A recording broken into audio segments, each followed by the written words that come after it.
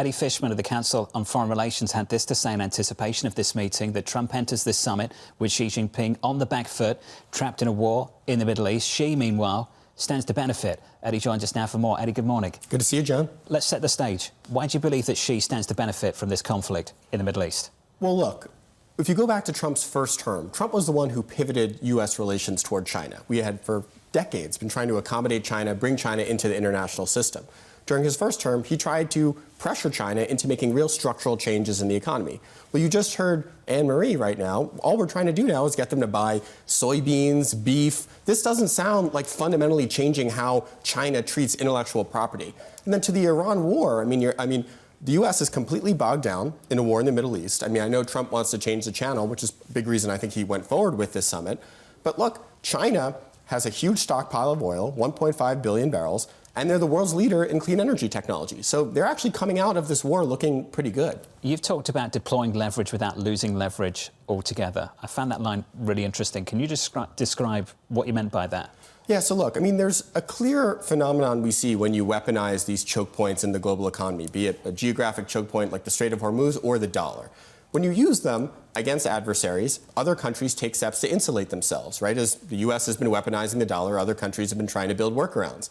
Well, China weaponized one of its most important choke points last year, these rare earth elements, and the U.S. has been pouring tens of billions of dollars now into that sector to try to break China's choke point. I think a key imperative for the United States is to figure out how to use our leverage proactively without destroying American economic power in the process. What does that look like?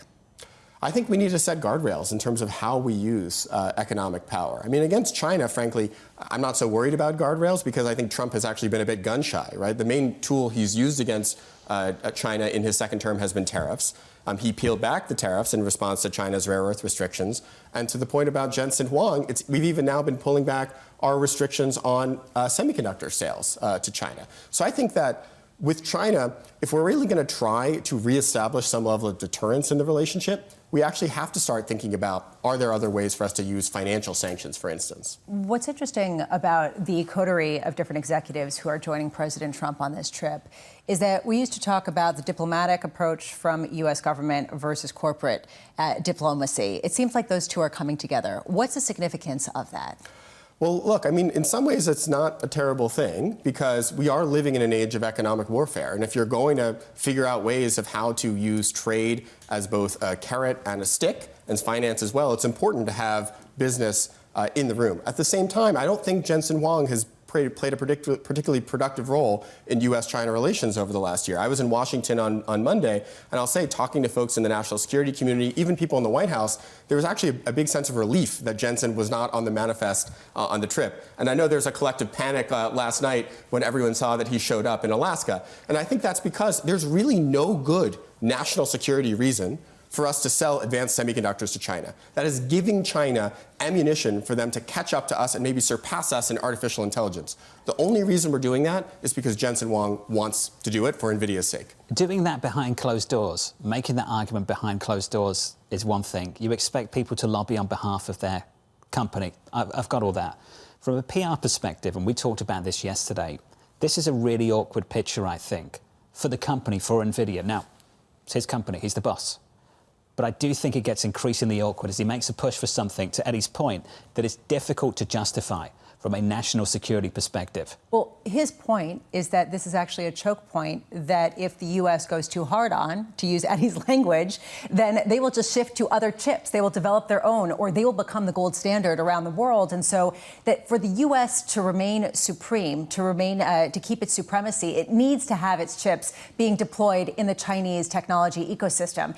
That argument clearly is rejected by diplomats, but there is a sense, at least in the tech world, that that is the case. Eddie, certain executives seem to have the president's ear at certain times. In the president's first term, we often talked about the diplomat Tim Cook of Apple, who also will be attending this particular summit. What's special about NVIDIA and Jensen Huang? Why is he in a position to have this special relationship with the president in a way that maybe Tim Cook did in years gone by? Look, I think President Trump clearly respects very successful businessmen, and NVIDIA is the world's most valuable company, right? It's hard not to respect what Jensen Huang has been able to accomplish.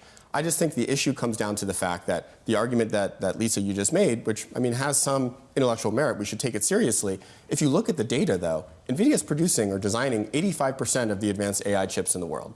Huawei is about 1%, right? So China's nowhere near to being able to actually have an indigenous alternative to the most advanced AI chips. So the only way for them to catch up to the United States in compute is to buy those chips from NVIDIA. One other interesting data point that caught my eye the other day, China's spy chief, the head of sort of their combination of the CIA and FBI, added a third pillar to his priorities between, it was previously just espionage and counterintelligence. He said, we now have a third priority, and that's our anti-blockade struggle. What that means is, how do we get the technologies we need? How do we circumvent the U.S. choke points despite U.S. sanctions and export controls? There also has been some discussion about Taiwan and this idea that that could be part of the leverage in all of this. How much is that discussion on the back burner, in part because Taiwan is a semiconductor producer of the world? It produces 90% of the chips that we use in absolutely everything.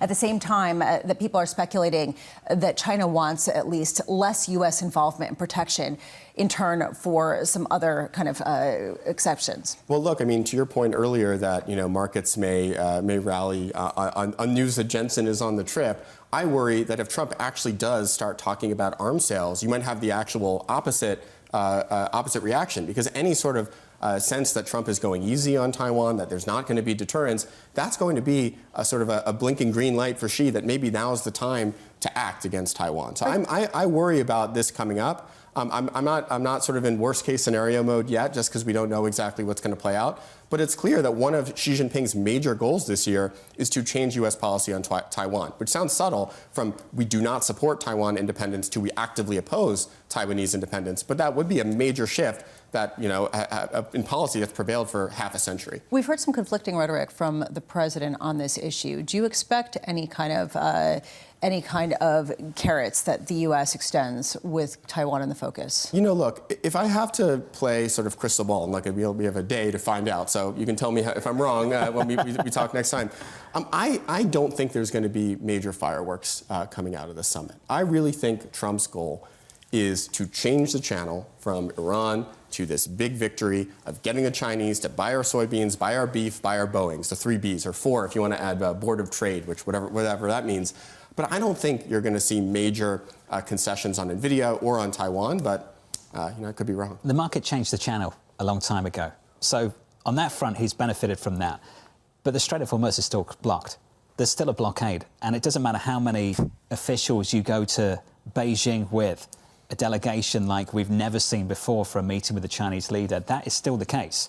And yes, you've got these massive stockpiles in China, but all these stockpiles are being used, and being used pretty quickly and aggressively all around the world.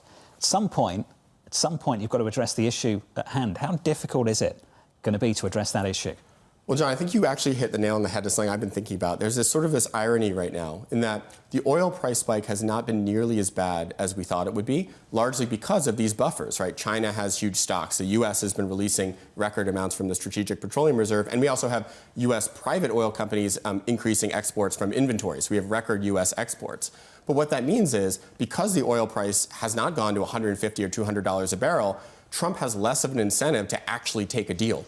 And so we may get to the point where, because things don't look so bad in the here and now, we get to the point where we actually do hit the bottoms of these inventories, and you have a massive sort of quick oil price spike. We've delayed the demand destruction, and we've framed it. If you believe it comes down to this, either you hit tank bottoms in the US or you hit tank tops first in Iran. And that is a very high stakes blinking contest that I would say this administration is increasingly comfortable playing, at least for now, because this is the one constant over the last 2 weeks for all of the conversations about opening, reopening the Strait of Hormuz, clearing ships, getting vessels through. The one constant is they've maintained the blockade. And every time you speak to officials about it, they seem comfortable with it. Typically, nature is healing. When you have high prices, it's the best cure for high prices, right? And you have demand destruction. If you start subsidizing those high prices, if you start removing the taxes, if you start adding to reasons for people to keep consuming at the same levels, take a road trip, then all of a sudden